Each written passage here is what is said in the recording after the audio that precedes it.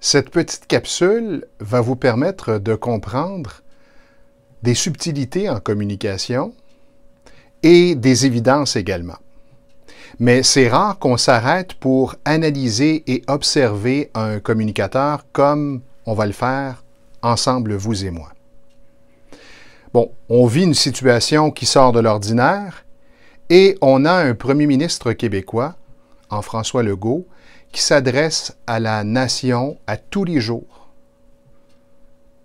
Qu'est-ce que vous observez? Qu'est-ce que vous avez remarqué à son premier point de presse? Et qu'est-ce que vous retrouvez à tous les jours alors que vous l'écoutez, que vous le regardez? Comment vous sentez-vous lorsque vous l'entendez parler? Si on recule dans le temps, François avait, et je me permets de le prénommer, il avait une intonation plutôt haute, une voix un peu brisée, une communication que l'on qualifiait de correcte sans plus. Qu'est-ce qu'on observe depuis le début de cette crise exceptionnelle? Il est rassurant. Il a un ton posé, calme. On sent de l'empathie, de la présence. Il est rassurant, il est solide et en même temps, on le sent connecté.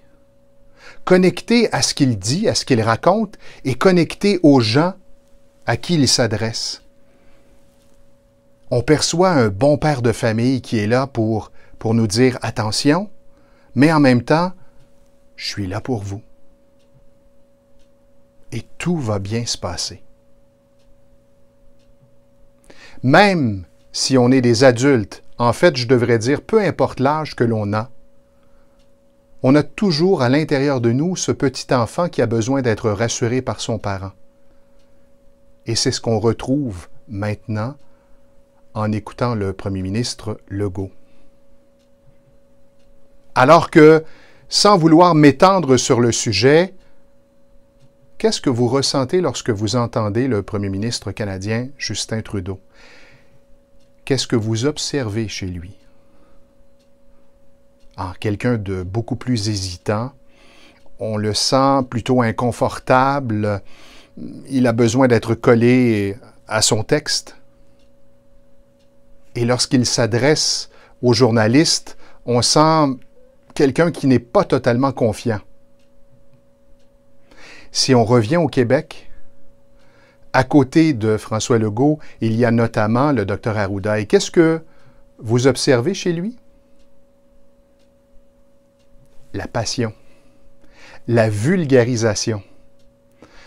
L'homme avec qui on aimerait prendre un café ou une bière, selon le contexte, l'homme qu'on aimerait écouter peut-être pendant plusieurs minutes, voire peut-être pendant plusieurs heures, parce qu'il est passionné, on le sent.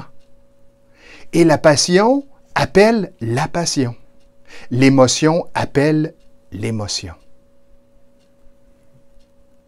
Alors, ils font un excellent travail et je tiens à titre de coach en communication à les saluer au passage et à vous dire qu'est-ce que vous retenez, vous, de ce que vous observez chez eux, que vous pourriez appliquer dès maintenant dans votre communication.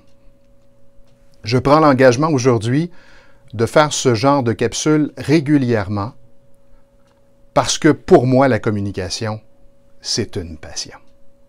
À bientôt.